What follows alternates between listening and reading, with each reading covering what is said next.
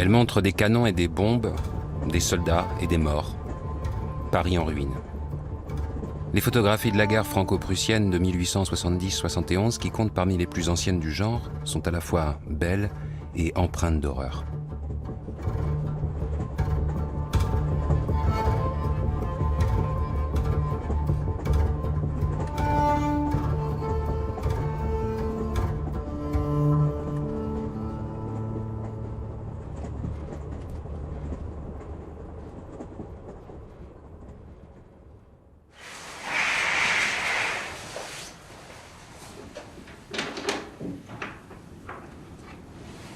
C'est un conflit un peu oublié de nos jours. Il a duré moins d'un an, de l'été 1870 au printemps 1871. Il a mobilisé près de 3 millions d'hommes, dont plus de 200 000 ne sont pas revenus. L'année terrible, pour reprendre l'expression de Victor Hugo. Le point de départ de mon itinéraire est en Lorraine. La guerre de 1870, dévastatrice pour la région, a laissé des traces profondes dans le camp français, celui des vaincus. Que nous racontent aujourd'hui les photographies de cette tragédie et comment le font-elles? Voilà les questions qui nourrissent mon intérêt. Strasbourg dévasté, des ruines à perte de vue et 2 soldats indemnes au premier plan à quelques pas devant le photographe.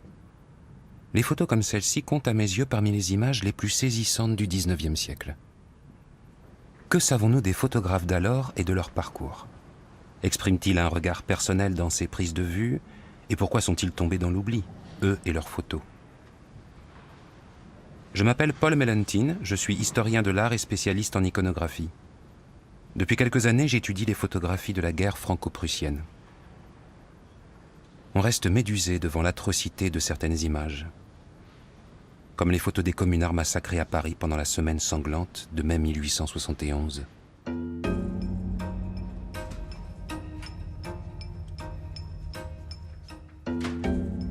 C'est dans les fonds régionaux que l'on fait souvent les découvertes les plus intéressantes.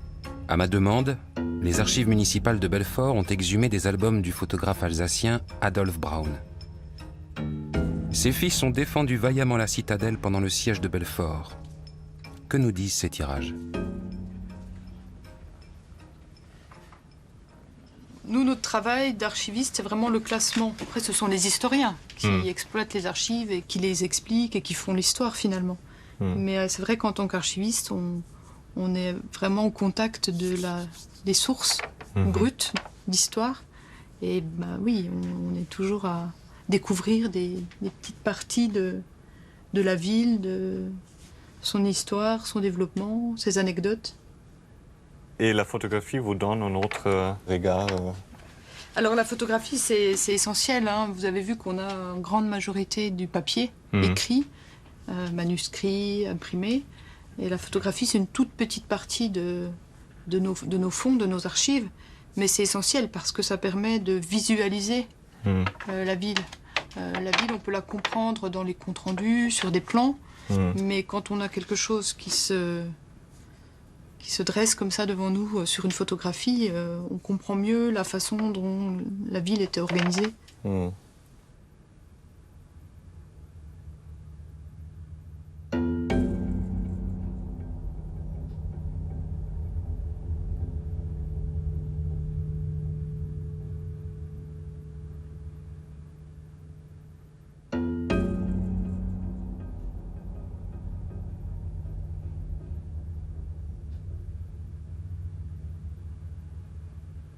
Ce qui m'étonne toujours, c'est on sait que ces personnes étaient vivantes, maintenant ils sont morts. C'est un peu différent avec une écriture, je pense. Oui. Moi, ça me touche plus que... C'est vrai.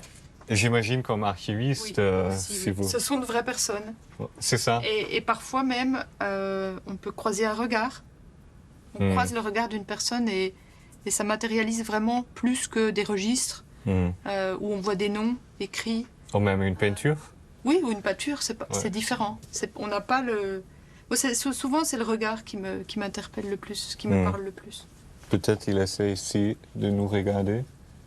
Probablement. Oui, il regarde le photographe, c'est vrai. Oui. Il regarde le photographe, l'autre il est en pose de penseur. De penseur, oui.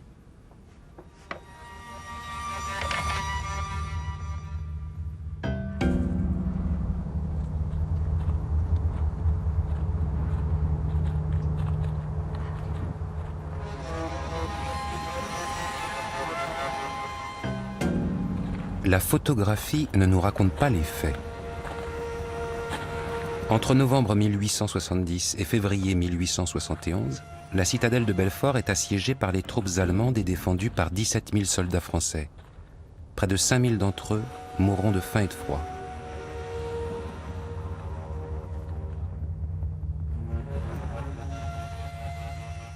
À 2 kilomètres de Mulhouse, vers le Rhin, au milieu de la plaine fertile, le camp était dressé. Sous le jour finissant de cette soirée d'août, au ciel trouble, traversé de lourds nuages, les tentes-abris s'alignaient, les faisceaux luisaient, s'espaçaient régulièrement sur le front de bandières, tandis que, fusils chargés, les sentinelles les gardaient immobiles, les yeux perdus, là-bas, dans les brumes violâtres du lointain horizon qui montait du grand fleuve. On était arrivé de Belfort vers 5 heures. Il en était 8. Et les hommes venaient seulement de toucher les vivres. Jean Macquart, qui s'occupait à consolider la tente en enfonçant les piquets davantage, se leva.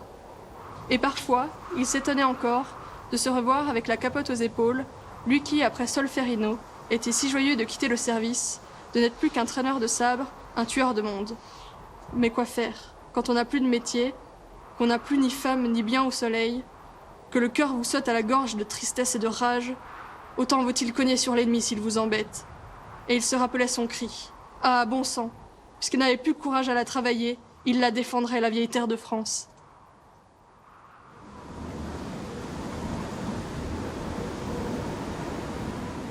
La position géographique de Belfort, de la ville, est assez stratégique. On est vraiment entre l'Allemagne et la entre France. l'Allemagne et la France. La Suisse. Oui, voilà, dans une zone de frontière. Et on sait très bien que si une guerre devait se déclarer, que très probablement les troupes ennemies passeraient à Belfort ou dans les environs de Belfort.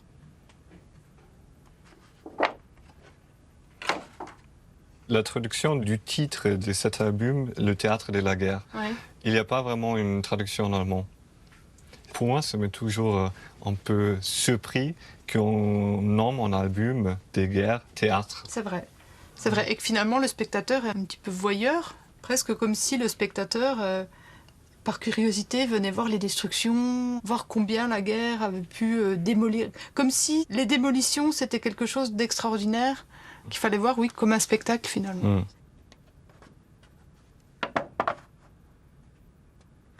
Peut-être que ici, l'esthétique est plus importante encore que l'information en elle-même, apportée par la photographie, c'est vrai.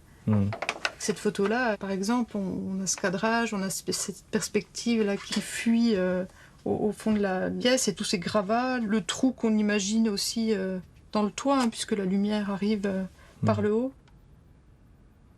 On se demande toujours, est-ce qu'il y a une différence entre les photographes français et les photographes allemands? Qu'est-ce qu'ils cherchent en fait? Qu'est-ce qu'ils cherchent à nous montrer, oui, c'est vrai. Est-ce que c'est un témoignage ou est-ce qu'au contraire, on cherche à montrer combien la guerre a ravagé le pays et, parce que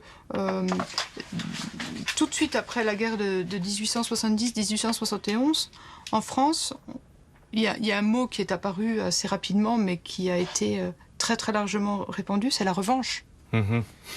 Il faut prendre la revanche. On nous a amputé d'une partie de notre pays. Et c'est un mot qu'on retrouve beaucoup dans le discours politique de l'époque. Alors, est-ce qu'on appuie le discours politique par des images très fortes comme celle-ci, de dire, voyez ce qu'on a subi, nous devons prendre notre revanche.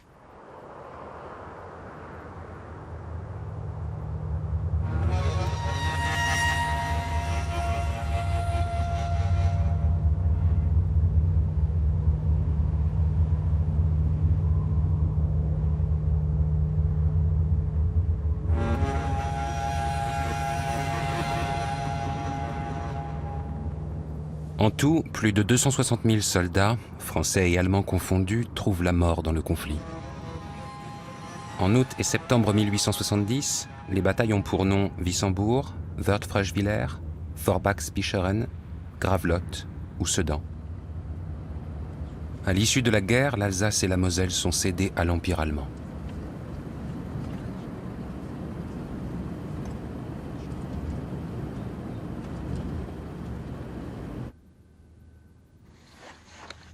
il faut bien comprendre que là, vous êtes dans la maison, ici, du grand-père de ma femme. Il est né en 1885, donc il est né allemand. En 1918, il est devenu français, en restant chez lui. En 1939, il est redevenu allemand. En 1945, il est redevenu français. Il est resté chez lui, il n'a pas bougé. C'est le problème de l'Alsace. On a deux cultures, française et germanique. Et on aime on aime ça ne nous dérange pas. C'est une richesse. Simplement, les hommes politiques d'un côté ou de l'autre, ils nous disent il faut choisir l'un ou l'autre, et si vous choisissez l'un, vous êtes l'ennemi de l'autre. C'est con. Ça, c'est l'éditeur qui commercialisait. Là, on est au centre-ville, c'est le jardin botanique. Christian Kempf s'intéresse depuis longtemps à ces photographies. Est-ce à cause de leur valeur artistique ou parce qu'elles constituent une mémoire de la guerre et de l'histoire de la région? Mais directement après le combat. Ça, c'est le Belagerung de Winter. Winter a fait plusieurs albums. Alors, on connaît beaucoup ses photos, mais en fait, il est très rare de trouver les portfolios entiers. Et donc, il a publié aussi des photographies en allemand, comme ici. Oui. On trouve des publicités à l'époque dans des revues, un petit mot, qui présentait ses portfolios, ses éditions. Et il les Belagerung von Straßburg 1870, 20 Blätter fotografischer Aufnahmen der Breschen, Übergänge, Tore und anderer militärisch bedeutender Ansichten. Auf Veranlassung des kommandierenden Generals des Belagerungskorps, aufgenommen in den Tagen vom 1. bis 3. Oktober 1870 unter Leitung des Ingenieurmajors Albrecht. Voilà. Mais c'est quand même... Donc il a fait plusieurs albums, version française et version allemande. Si on regarde bien, toutes ces photographies sont faites après les bombardements. Et aucune n'est faite pendant les bombardements. Aujourd'hui, les photographes de guerre, ils sont dans l'événement, ils photographient pendant l'événement. Là, le procédé photo était trop lent. Et c'était trop dangereux de rester sous les bombes.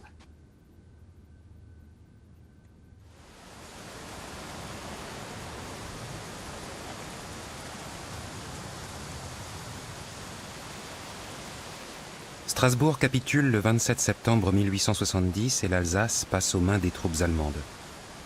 La voie est libre jusqu'à Paris.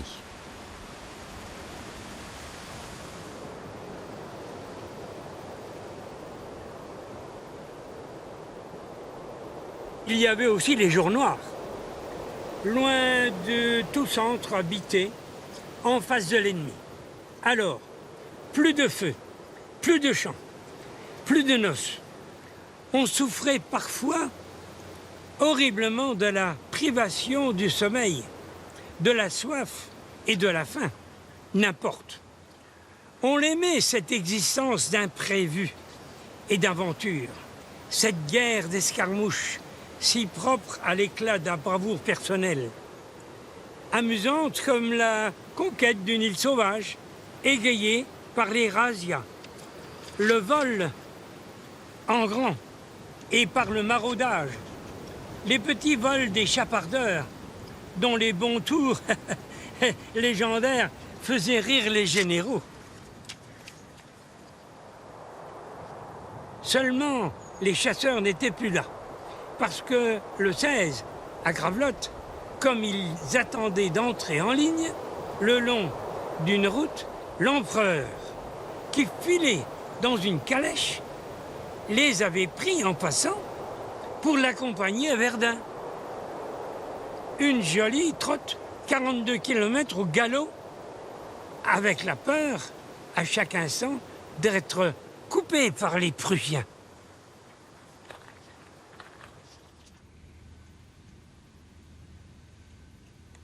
On peut même lire le nom des personnes, en fait, sur le tombe.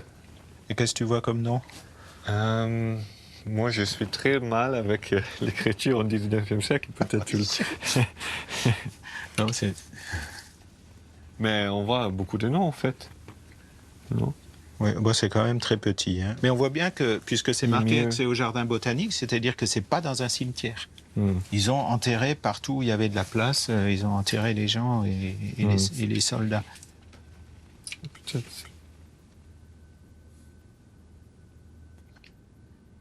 Et tout ça, tu les vois pas quand c'est en 2 dimensions. Tu vois pas. Pas du tout, non. On voit vraiment plus. Ouais. Avec le procédé stéréoscopique, on voit en profondeur. Et la profondeur permet d'avoir des plans et de pouvoir voir plus de choses que sur une surface qu'une photo à plat en 2 dimensions. En 3 dimensions, on a une succession de plans et on voit plus de choses. Et en fait, on reconnaît tous les personnages qui sont dans l'image. Tu m'as expliqué le photo stéréoscopique. Ils sont plus accessibles, ils sont moins chers. Ouais. Ça permettait de vendre de la photographie. Hein. Mais c'est pas étrange d'exploiter la guerre pour... Qu'est-ce qu'ils font les photographes de guerre aujourd'hui? C'est le même sujet. C'est pareil, hein. Il faut alimenter les magazines. Le malheur, ça attire les gens. Ça permet de leur faire supporter le leur. Ensuite, c'était diffusé chez des libraires, ça se vendait comme un souvenir touristique, hein, finalement. C'est assez difficile à dire, mais c'est ça.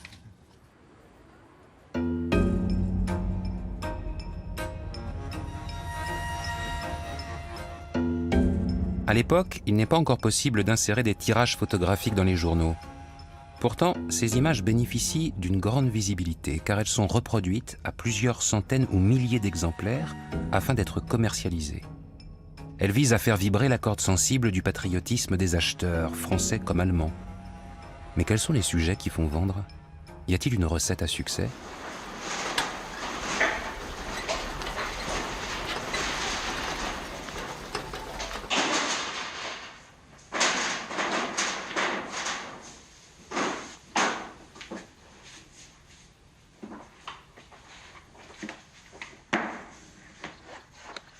Il y a celle-ci, en fait, qui est très étonnante.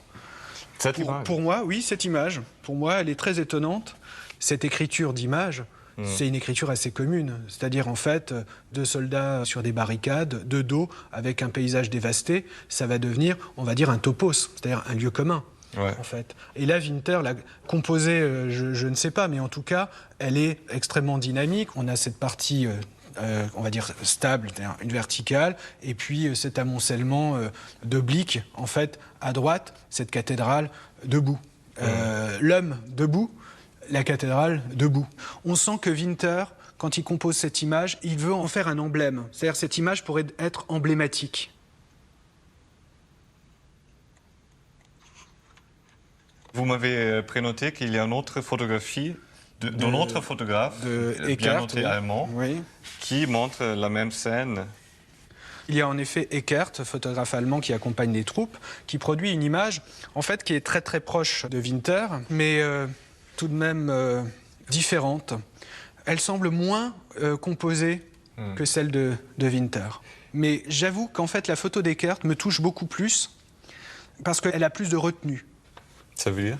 Elle a plus de retenue, c'est-à-dire on sent qu'il n'y a pas une volonté de composer, simplement un état des lieux. Ce que m'étonne, que vous préférez la vue allemande, la vue plus nette, le plus... Oui, plus documentaire, parce que parfois l'esthétisation de l'horreur est déontologiquement un peu gênant. Je prends cet exemple en fait qui est extrême dans l'horreur. Hein. C'est d'ailleurs la libération des camps de concentration et des photographes qui sont rentrés dans les camps. Il y a des photographes... qui ont fait leur travail, qui ont développé, qui se sont rendus compte de l'horreur qu'ils avaient saisie sur leur appareil, donc qui ont arrêté de photographier. Et il y a également ceux, et là, ça c'est une question qui rejoint en fait cette question primordiale de photographier, esthétiser la guerre. Ces photographes qui ont arrêté de photographier à partir du moment où ils se sont rendus compte qu'ils composaient. C'est-à-dire qu'en fait, ils construisaient leur image. Donc là, il y a quelque chose qui est plus possible. Mais comment faire pour ne pas composer quand on est photographe? Donc ça, c'est une question qui, en fait, est difficile.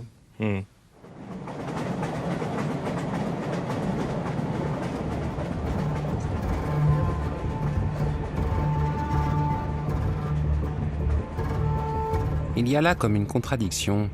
La photographie montre le monde tel qu'il était à un instant donné, mais du point de vue de celui qui l'a prise. Ces photographes portaient-ils un regard différent sur la guerre? Leurs images peuvent-elles m'aider à mieux comprendre les visions allemandes et françaises de cette guerre? Bruckmann, à Munich, était l'un des éditeurs qui commercialisaient ces luxueux portfolios. L'une des prises de vue montre un paysage désolé. Les territoires conquis sont consignés avec sobriété. Une prise de guerre, les canons français aux mains des Allemands.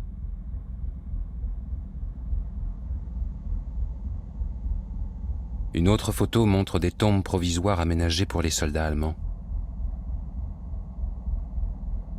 Mais certains événements importants pour notre conscience historique restent invisibles.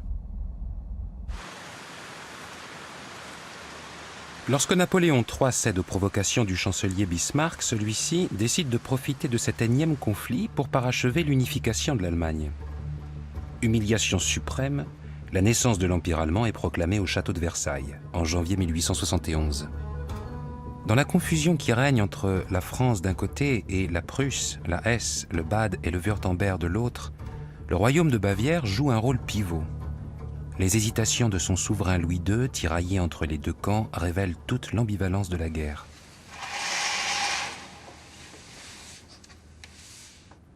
Tandis que les luttes d'influence font rage dans l'espace germanique, Louis II cultive son admiration pour la culture et l'art français. À Ehrenchiemsee, il se fera même construire un Versailles bavarois, un palais encore plus raffiné que son modèle.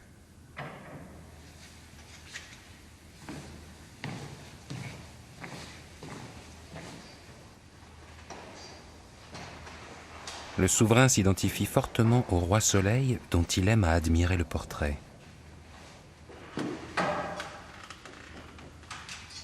Il possède aussi, par ailleurs, des photographies de la guerre de 1870. Ce fonds privé n'a encore jamais été étudié. Je le découvre avec le directeur de la collection photographique du Stadtmuseum de Munich. Es gibt keine Signatur, es ist wahrscheinlich auch noch nicht inventarisiert, nehme ich an. Also, c'est passionnant, parce que ces photos sont encore inconnues. La collection constituée par Louis II semble extraordinaire. Elle comporte des portraits, des photos d'architecture, des paysages, et aussi des témoignages de la guerre. Ce qui est intéressant ici, c'est qu'on voit une batterie française prise par les Allemands et à l'arrière-plan, Paris. On est donc au cœur du territoire français avec les soldats bavarois qui ont assiégé Paris pendant plusieurs mois. Exactement. En même temps, c'est une photo posée, mise en scène. Les soldats font mine de bombarder Paris, mais ce n'est évidemment pas le cas. La photo a sans doute été prise bien après les événements. Ce sont des images destinées à montrer que les troupes allemandes ont conquis des bases militaires stratégiques. Celle-ci est particulièrement saisissante, parce qu'on voit Paris au loin. C'était fréquent de rejouer des événements historiques pour la photo? C'était une façon de pallier une lacune. On ne pouvait pas enregistrer les événements en direct, alors on essayait par des reconstitutions d'obtenir une représentation aussi authentique que possible, entre guillemets.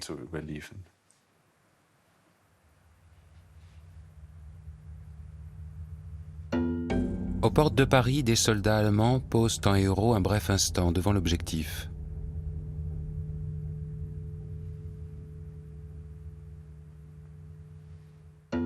Encore une mise en scène soigneusement composée pour la photo, une belle image à envoyer au pays.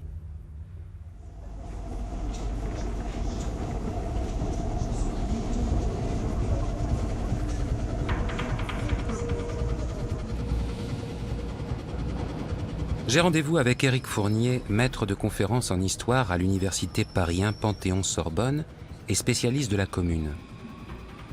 Quelle mémoire de cet événement garde-t-on aujourd'hui en France? Nous nous rendons à la Défense. Au milieu des gratte-ciels du quartier d'affaires, une statue un peu inattendue commémore les victimes tombées lors du siège de Paris par l'armée prussienne. Elle personnifie la résistance de Paris contre l'ennemi.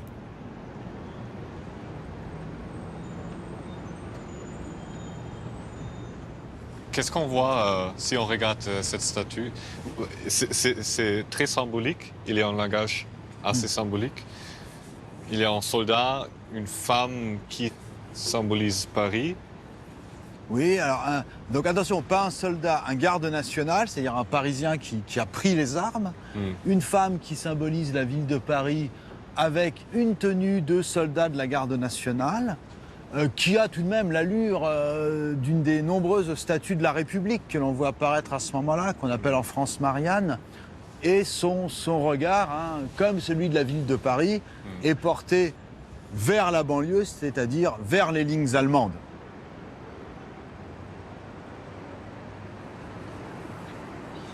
Ce groupe sculpté a donné son nom au quartier de la Défense. Mais qui le sait encore de nos jours? Aucune plaque aux alentours ne vient renseigner les passants.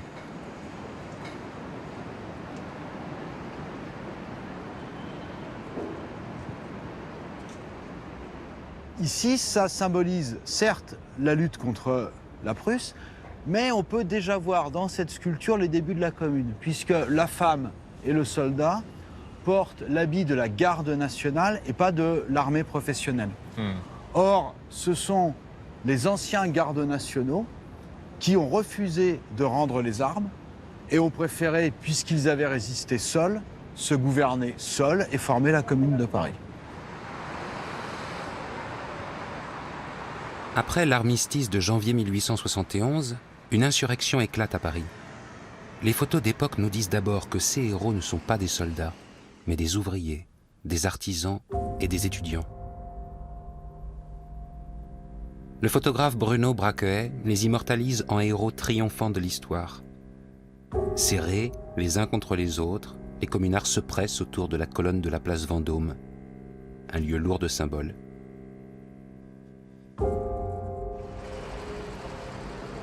La Commune de Paris naît en opposition au premier gouvernement élu de la Troisième République à majorité monarchiste.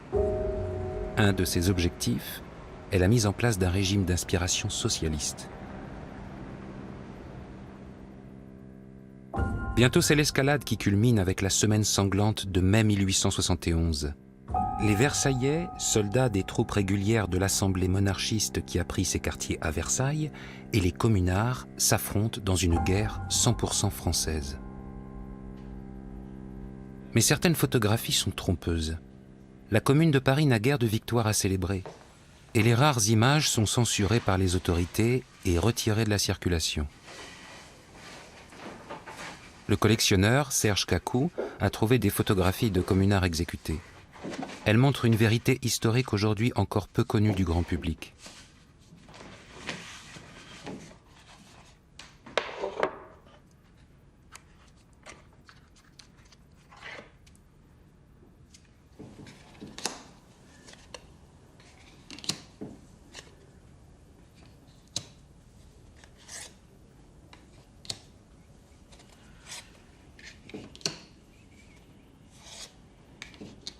On rentre dans l'intimité, quasiment dans les coulisses de la guerre, ce qu'on ne montre pas d'habitude.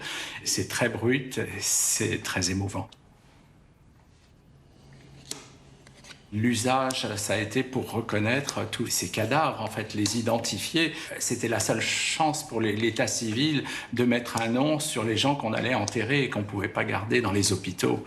Et des cadavres, il y en avait vraiment beaucoup dans les rues de Paris à cette époque. C'est mon devoir de préserver aussi ces œuvres pour l'avenir, donc de les conserver le mieux possible pour que ça puisse survivre et témoigner.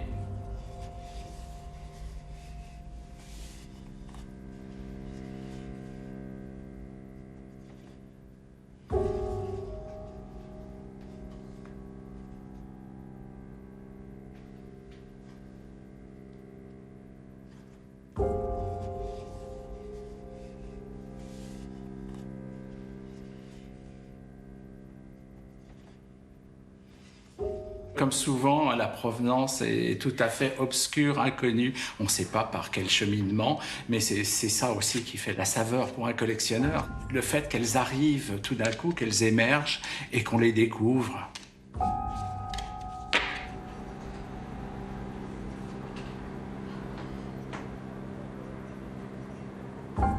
Dès le triomphal lever du soleil, par cette limpide et chaude matinée de jour de fête, il sentit passer le frisson de l'agonie suprême.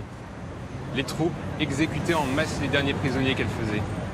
Pendant tout ce beau dimanche, les feux de peloton ne cessèrent pas dans la cour de la caserne Lobau, pleine de râles, de sang et de fumée. À la Roquette, 227 misérables, ramassés au hasard du coup de filet, furent mitraillés en tas, hachés par les balles. Au Père-Lachaise, bombardé depuis 4 jours, emporté enfin tombe par tombe, on en jeta 148 contre un mur dont le plâtre ruissela de grandes larmes rouges. Et 3 d'entre eux, blessés, s'étant échappés, on les reprit, on les acheva. Combien de braves gens pour un gredin, parmi les 12 000 malheureux à qui la commune avait coûté la vie. L'ordre de cesser les exécutions était, disait-on, venu de Versailles. Mais l'on tuait quand même. Thiers devait rester le légendaire assassin de Paris, dans sa gloire pure de libérateur du territoire, tandis que le maréchal de MacMahon, le vaincu de Froschweiler, dont une proclamation couvrait les murs, annonçant la victoire, n'était plus que le vainqueur du Père-Lachaise. Et Paris ensoleillé, endimanché, paraissait en fête. Une foule énorme encombrait les rues reconquises, des promeneurs allaient d'un air de flânerie heureuse voir les décombres fumants des incendies, des mères tenant à la main des enfants rieurs s'arrêtaient, écoutaient un instant avec intérêt les fusillades assourdies de la caserne Lobau.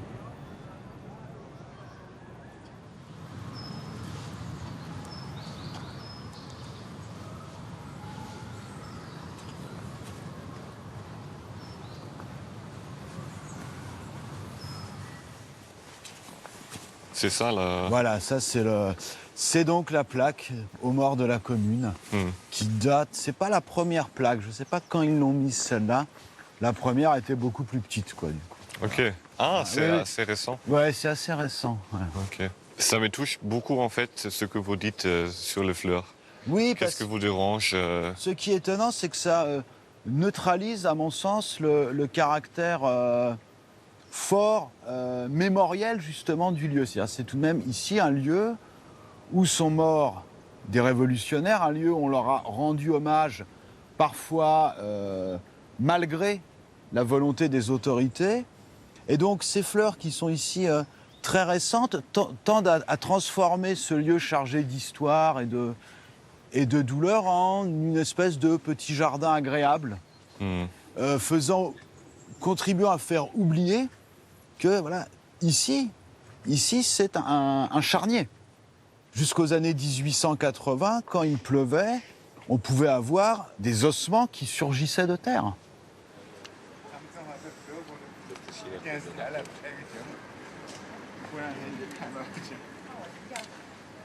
De cet esprit révolutionnaire français, il y a quelque chose qui est né autour de la commune et qui existe toujours aujourd'hui.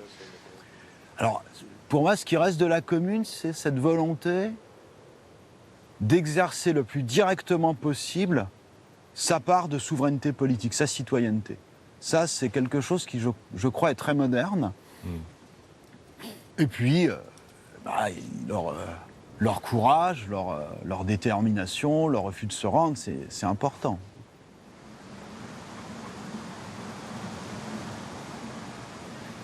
Et nous avons des communards célèbres, donc Jean-Baptiste Clément, dont la tombe a été, on le voit ici récemment, recoloriée, ce qui indique une mémoire vivante de la commune, et auteur, par exemple, de la chanson « Le temps des cerises », qui est une des chansons révolutionnaires françaises les plus célèbres. Et le temps des cerises, c'est...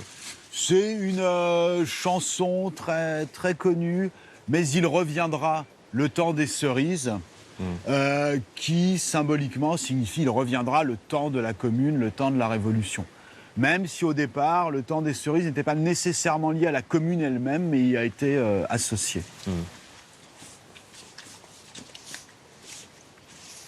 En fait, je l'ai cherché, on le trouve sur YouTube, le temps des cerises, si vous voulez.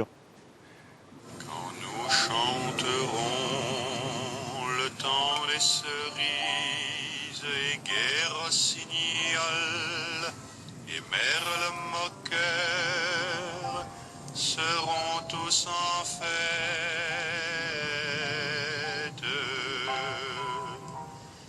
Les belles auront la... Et notamment, il n'y a pas une tombe d'une femme. Pas de tombe de femme, ce qui nous rappelle tout de même que la Commune était essentiellement une révolution masculine, d'hommes en armes. En revanche, des femmes ont participé aux derniers combats de la Commune, durant lesquels des communards ont incendié des bâtiments. Et Louise Michel, elle était une des grands personnages. Oui, c'était l'une des figures les plus connues de la Commune, et surtout après la Commune, parce qu'elle s'est révélée très courageuse lors de son procès. Louise Michel dit à ses juges, oui, j'assume tout, j'assume l'incendie de Paris. Et maintenant, dit-elle mot à mot, si vous n'êtes pas des lâches, tuez-moi.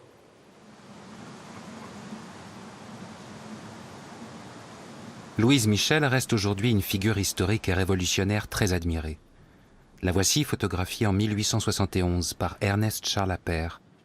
Si elle échappe à l'exécution, elle est déportée avec plusieurs milliers d'autres communards en Nouvelle-Calédonie, au bout du monde.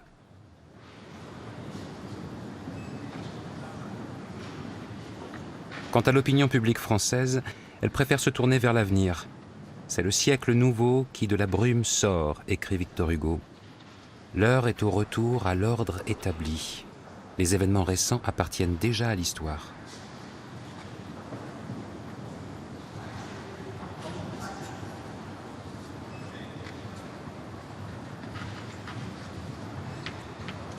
Sylvie Aubenas, directrice du département des estampes et de la photographie, m'ouvre les portes des archives de la Bibliothèque nationale de France.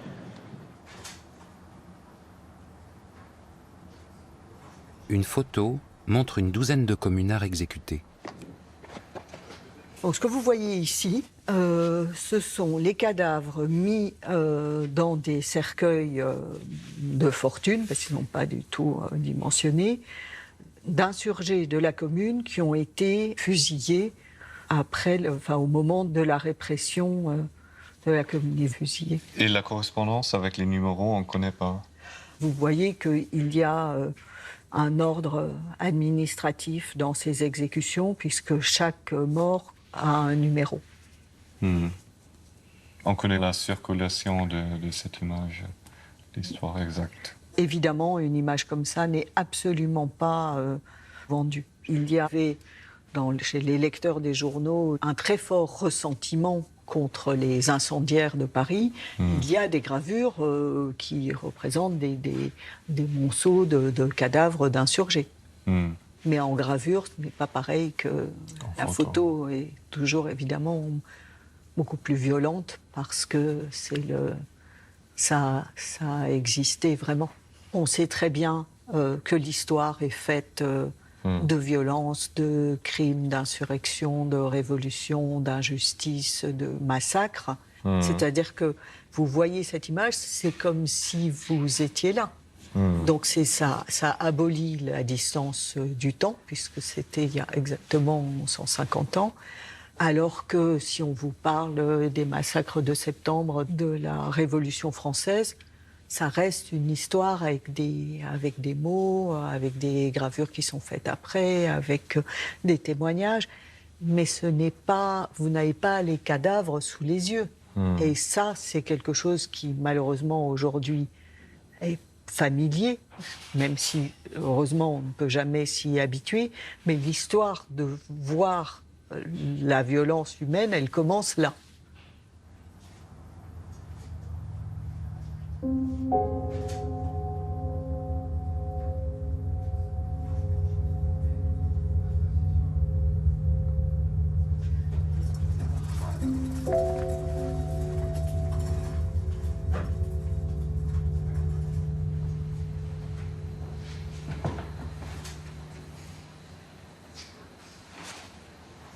Il y a un photographe qui travaillait pour les Beaux-Arts, qui s'appelait Marconi, et qui faisait des photos de modèles académiques pour les peintres. Au moment de la Commune de Paris, la guerre de 70, il a fait poser des modèles comme morts de la guerre de 70 pour faire des modèles pour les peintres d'histoire.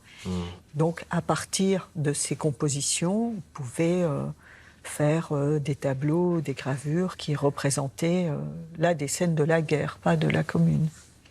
Donc il y avait un certain besoin, on a souhaité quand même d'avoir des morts de ces événements, mais pas des morts vrais. Ça, ce sont des faux morts, oui. Des faux morts. Parce que c'est un intermédiaire pour la peinture d'histoire.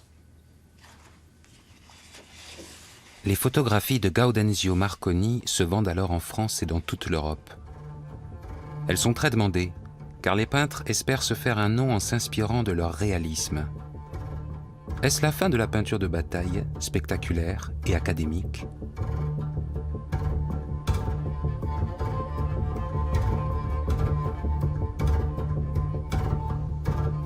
Le rêve, c'est le titre de ce tableau d'Édouard de Taille, peintre militaire. Il montre des soldats français endormis et non morts qui rêvent de la victoire après la bataille. Des civils français menacés par un cuirassier prussien, le patriotisme guide le pinceau. Ici, le peintre allemand Anton von Werner immortalise le quartier général des troupes allemandes au château de Brunoy. Le style réaliste montre la boue sur les bottes des soldats victorieux. On croirait entendre le chant triomphant aux accents héroïques. Le tableau fige le moment avec une instantanéité très photographique.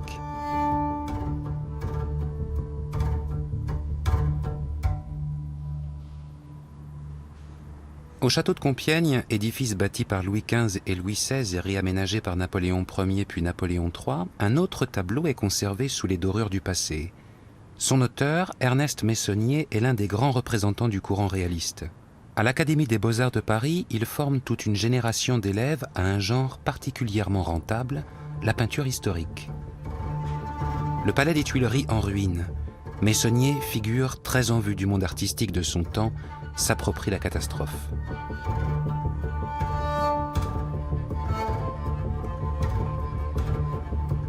Sa composition évoquant la défaite contre les Allemands est atypique, pleine de symbolisme.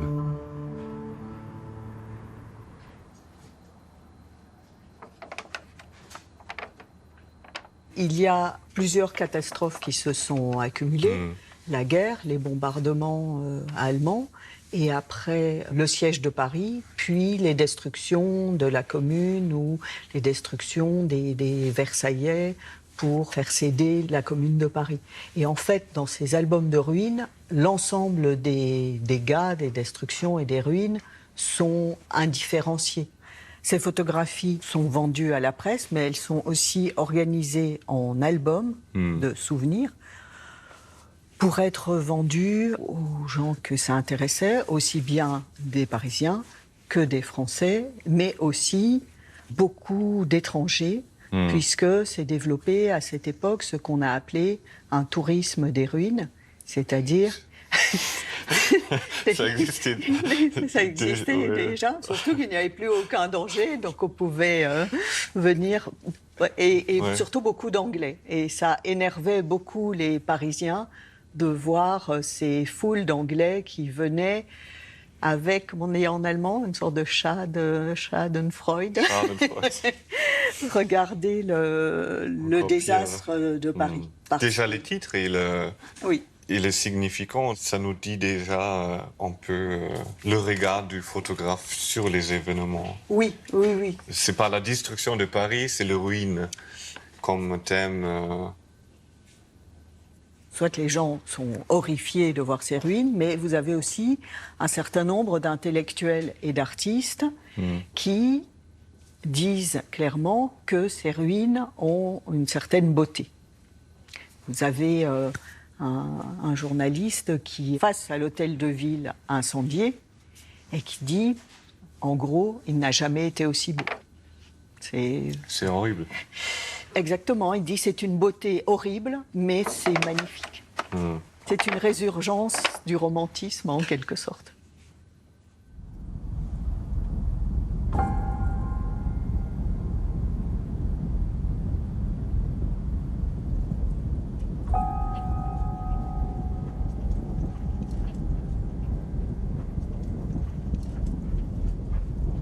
Un romantisme macabre, Les décombres sont en effet un motif très prisé à l'époque, que l'on retrouve tant dans la photographie que dans la peinture.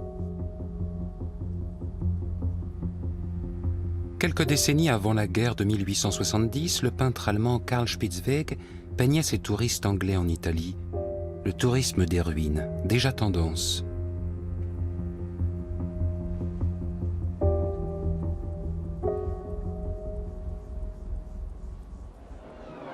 Les destructions au cœur de Paris offrent un attrait supplémentaire, le frisson de l'horreur toute fraîche et des ruines encore fumantes. Thomas Cook, pionnier du voyage organisé, flaire la bonne affaire et propose des visites guidées de la capitale et de ses décombres. Le spectacle commence, et revoilà le théâtre de la guerre.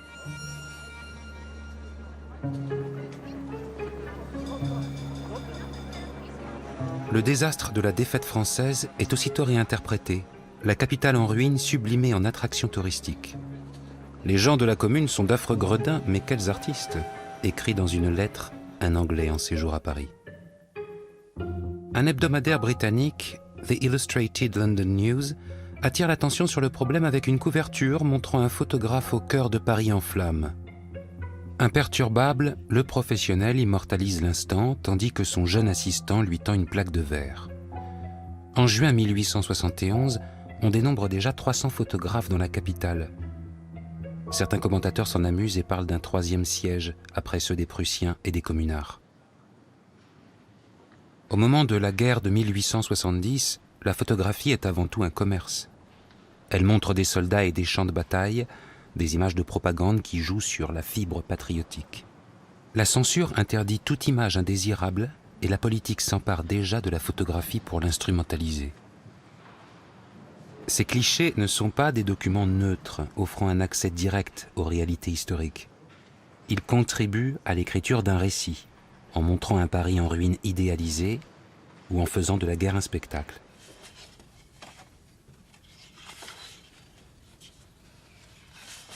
Pourquoi il y a des personnes dans les images de la guerre? Pourquoi on pose, comme les enfants ici, sur le pont, à côté des destructions? C'est peut-être même leur maison. Vous voyez, en effet, on a des enfants. Après, vous voyez, on parlait des lieux communs de la représentation de la guerre, mais là, je crois qu'on est dans les origines même de ces documents de guerre qu'on peut voir encore aujourd'hui. C'est-à-dire, l'enfant dans les ruines, c'est un effet émotionnel fort dans la mesure où il y a l'innocence au milieu du désastre et la vie aussi. Et c'est étonnant, on peut vraiment presque voir le sourire des enfants ici. C'est devenu aussi un lieu commun.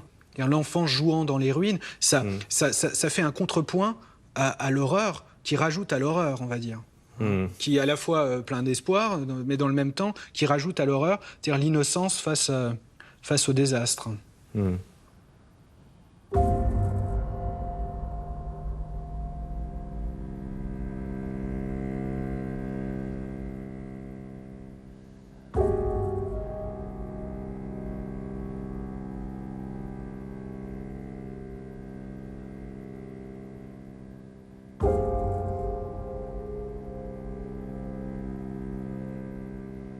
Les blessures pansées à la hâte sur le champ de bataille, quelques-unes même demeurées à vif, étalaient leur détresse entre les lambeaux des capotes et des pantalons déchirés. Des pieds s'allongeaient, chaussés encore, broyés et saignants. Des genoux et des coudes, comme rompus à coups de marteau, laissaient pendre des membres inertes. Il y avait des mains cassées, des doigts qui tombaient, retenus à peine par un fil de peau. Les jambes et les bras fracturés semblaient les plus nombreux, raidis de douleur, d'une pesanteur de plomb. Mais surtout, les inquiétantes blessures étaient celles qui avaient troué le ventre, la poitrine ou la tête. Enfin, les têtes avaient souffert plus encore. Mâchoires fracassées, bouillies sanglantes des dents et de la langue, orbites défoncées, l'œil à moitié sorti, crânes ouverts, laissant voir la cervelle.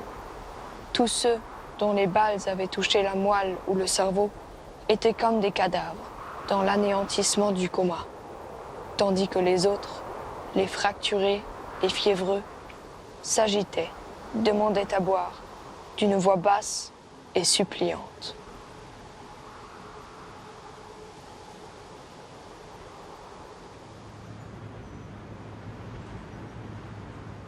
Notre représentation de la guerre de 1870-71 repose sur des fragments, écrits et photographiques.